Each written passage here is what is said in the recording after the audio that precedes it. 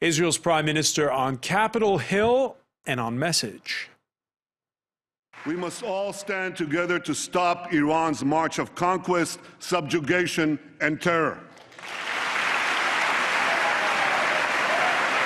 That's just a snippet of Benjamin Netanyahu's message before a joint session of Congress, the speech angering the White House, first because the head of Likud spoke 2 weeks to the day before a general election in Israel, with the Obama administration accusing Netanyahu of using the U.S. Congress as a venue for a campaign speech. Secondly, because the partisanship goes beyond Israel. The Republican Speaker of the House, John Boehner, inviting Netanyahu without consulting the White House, a move that's almost unprecedented. Henceforth, will Washington's broad consensus on defending Israel crumble into yet another issue that divides Democrats and Republicans? And then, of course, well, there's the actual issue Netanyahu was discussing. While the Israeli Prime Minister wraps up his visit to Washington, the US and Iranian foreign ministers are on the shores of Lake Geneva, trying to reach a breakthrough on a nuclear deal ahead of a the end of March deadline. At the end of the day, will Netanyahu's speech have the desired effect and help stop Tehran from getting the bomb? Today in the France 24 debate, Netanyahu on Capitol Hill. Joining us from New York City, Michael Cohen, columnist with the Boston Globe, author of Live from the Campaign Trail. Thanks for being with us. We welcome back from Idaho Falls, Stephen Yates, chair of the Idaho Republican Party and a White House National Security Advisor under George W. Bush. Thank you for being with us again in the debate. From Washington, Tom Kalina, policy director at the Plowshares Fund, who works on nuclear non-proliferation. I guess you say non-proliferation or proliferation? I don't know what's the correct term. Non-proliferation. Non-proliferation. There you go. We're also going to be pleased to be joined here in the studio once again by Glenn Feder, formerly of the Israel Project, now with the Institute for Study of Global Anti-Semitism and Policy. Thanks again for being with us. The France 24 debate, where you can join the conversation on Facebook and Twitter, our hashtag F24debate. Before we go to our panel, let's cross over to Laura Rosen, who writes for Foreign Policy and Middle East Al Monitor. Thanks for being with us. You were in the chambers and watched that speech. Was it the expected? Actually, I was watching by live stream.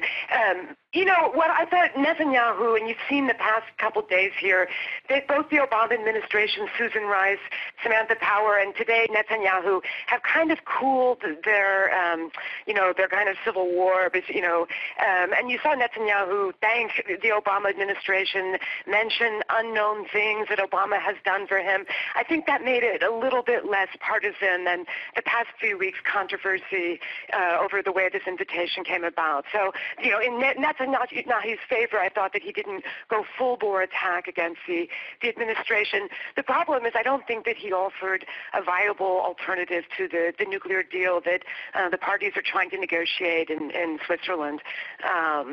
Saying that if the Iranians walk away from the talks, they'll come back and surrender, a year later, I think people are not convinced here that's a plausible outcome. All right, we didn't see the cartoon bomb like we did at the United Nations a few years back. However, we did hear Benjamin Netanyahu painting that nightmare prediction of what would ensue if world powers strike a deal with Iran. Yes. And don't be fooled. The battle between Iran and ISIS doesn't turn Iran into a friend of America. Iran and ISIS are competing for the crown of militant Islam. One calls itself the Islamic Republic, the other calls itself the Islamic State. Both want to impose a militant Islamic empire, first on the region and then on the entire world. They just disagree among themselves who will be the ruler of that empire. So when it comes to Iran and ISIS, the enemy of your enemy is your enemy.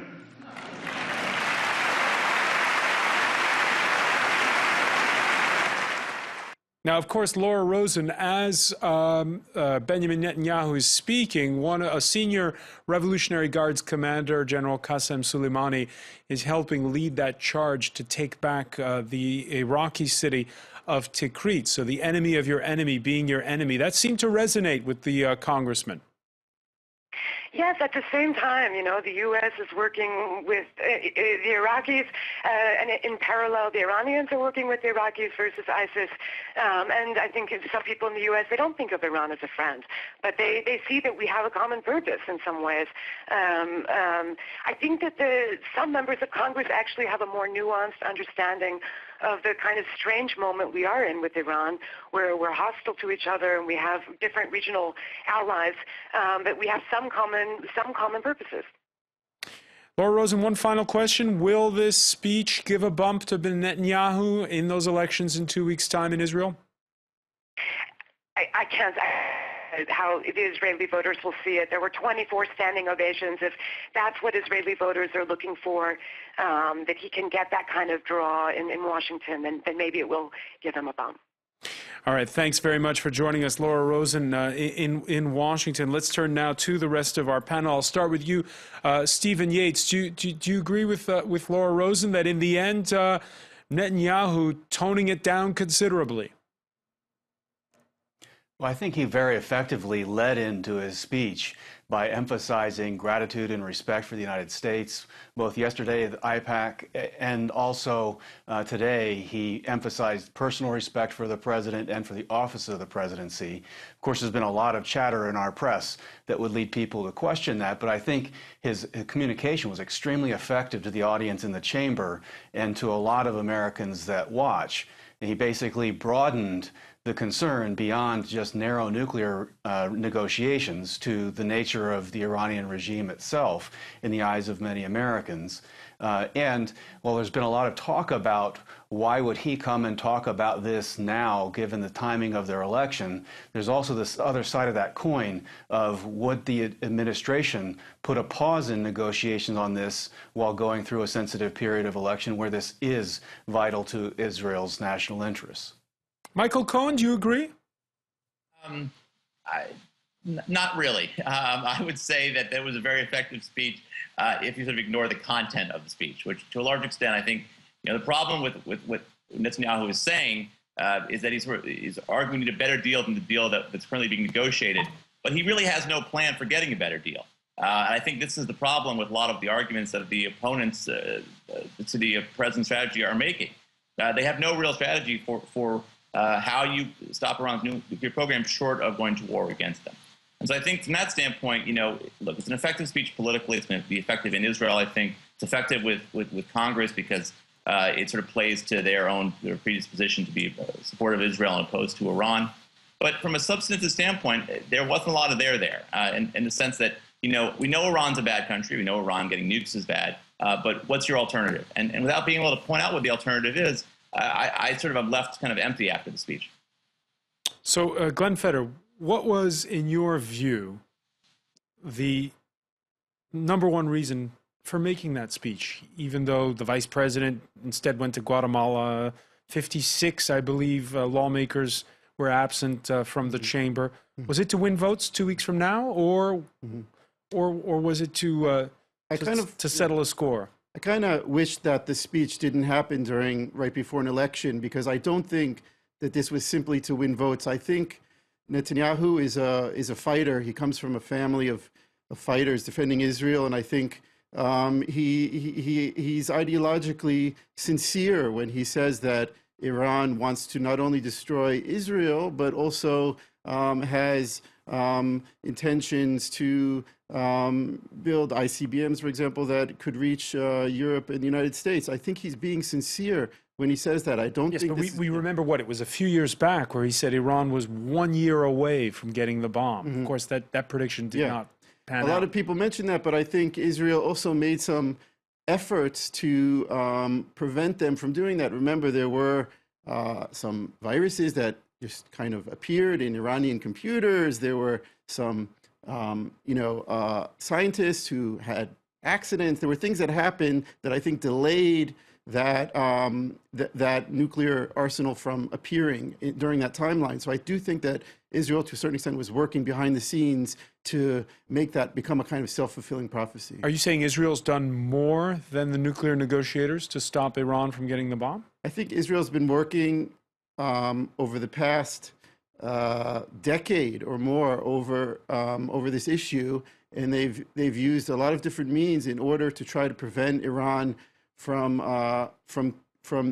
creating this bomb. Some of them are on their own, and some of them, of course, are with close cooperation with the United States and their other allies and friends. Tom Kalina, do you agree? Well, let me just say that I think the speech itself was an excellent campaign speech for Netanyahu, but as other guests have said, it really wasn't a policy speech. He did not offer any alternatives to the current negotiations. And as long as that's the case, people really have to ask, is the current emerging deal, of course, we don't have a deal yet, so it's still theoretical, but were it come to be, would it be a good deal? And I think the answer is yes, it's better than the situation we're in today. And as long as that's the case, I don't see any reason why you would give up that deal for nothing, which is really what Netanyahu is offering. Give up that deal for nothing. He was warning in the speech that this will buy Iran time over 10 years. Tom Kalina? Time. Yes, the point of the deal is to buy time. The deal that is emerging from the United States and its negotiating partners with Iran is to basically move Iran further away from bomb potential, up to a year of time that it would take or more for Iran to be able to build a nuclear weapon, and that agreement would last for 10 years or more. So that is buying time, and that is a deal that hopefully will be on the table. Again, Netanyahu's deal is really a fantasy, and it's a dangerous fantasy if it supplants or replaces a deal that we can actually have for a deal that doesn't exist. Ahead of the speech, Barack Obama made it a matter of principle, he said, and the principle is that Israelis go to the polls March 17th. As a matter of policy, we think it's a mistake for the Prime Minister of any country to come to speak before Congress a few weeks before they're about to have an election. It makes it look like we are taking sides. Obama staying away from the annual convention of the pro-Israel lobbying group AIPAC, but he sent top officials, AIPAC's rivals, by the way, from the more dovish J Street lobbying group, last week put out a full-page ad in the New York Times, writing, "The last time you addressed the U.S. Congress, you turned the speech into a campaign ad." Stephen Yates, do you agree with Barack Obama that this was ill-timed? Well, there is definitely going to be some chatter about the timing of it. That's inevitable when it's that close to an election. But really, when you're looking at, there are some serious issues that have to be addressed with regard to this potential agreement. Many of us have lived through other agreements with this particular problem and also like with North Korea. I mean, there was an agreed framework with North Korea that was in place for just under a decade, during which we visibly saw that they moved toward nuclear capability and have since tested multiple nuclear devices. And so it's not just imaginary that buying time doesn't necessarily buy time towards denuclearization. Yes, but why not have the speech? Progress towards enrichment. Why not have the speech after that snap election in Israel? Well, that's a reasonable question, but you also have to ask the question, was the administration moving forward with negotiations? I mean, remember, Israel is not a party in the P5+1 negotiations. It has a vested interest in its outcome, and certainly there are powers that are dealing with it, but it is not in a position to impose the outcome. It's only in a position to step forward and say, here are some concerns that we have, and to try to slow the process and basically put the onus on the administration to explain why this deal will work. I mean, we're in basically like the 15th year of negotiations on this topic in various forms over the Bush administration and now the entire Obama administration. And would you have done the way John Boehner did and invite him without warning the White House? Well, I mean, it's obviously his call, and there's tensions between John Boehner and Barack Obama on any number of issues. I don't really see there as being any kind of diplomatic harm from doing this with regard to the timing. It's really up to Israeli voters to decide how they perceive this in the context of their own politics. But the speech itself, I mean, there was at least as much substance in there in terms of what the concerns are. Sorry, you're saying no diplomatic. Really you're saying there's no diplomatic harm. Netanyahu. You're saying no diplomatic harm. You mean no diplomatic harm between the U.S. and Israel, or no diplomatic harm between the Democrats and the Republicans? I'm saying no diplomatic harm in the sense of this deal is going where it was going to go anyway. And so if the administration has a compelling deal that's at hand, they're moving ahead with that. This is, in some ways, it could be seen as giving the administration some negotiating room. You would think that a strong congressional response, sort of like the Republican Congress did for Clinton in the 90s, could help them get a better deal by telling their adversaries or their counterparts, hey, you gotta come our way. Michael Cohen, do you agree? Well, I mean, you know, the problem is that that arguments are self-refuting. You know, if you believe that the administration was going to work out the deal they were going to work out, the speech really didn't do much to stop that process. In fact, if anything, it may have hastened an agreement that Netanyahu said he doesn't want.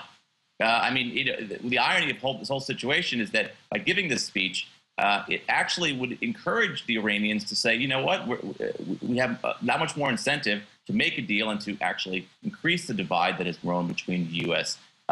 And Israel over the past couple of weeks. I mean, the reality of this is that this speech was about Iran, but it's really not about Iran. It's about the Israeli election in 2 weeks. There is very little benefit that will come from Netanyahu giving the speech. Certainly, the same benefit would have accrued to him if he'd given it after the election, the 17th. But do you agree with Michael? Do you agree with Stephen Yates when he says that in the end, this speech could give more leverage to Barack Obama? Absolutely, absolutely. I mean, I think it could. Obama could. U.S. negotiators could go back to Iranians and say, look, we're going to get more pressure from Congress because of this speech. You know, we may see more sanctions. It gives you that much more reason for the Iranians to make a deal. So in the sense, the irony of this entire situation is that I think actually Netanyahu has hurt the cause of trying to prevent a deal from occurring. And I think, but that was never the point. The point always was to help himself in his re-election effort. And I think from that perspective, he probably did help himself. All right, we're going to look at how this may or may not impact that upcoming vote in Israel when we come back. Stay with us. You're watching the France 24 debate.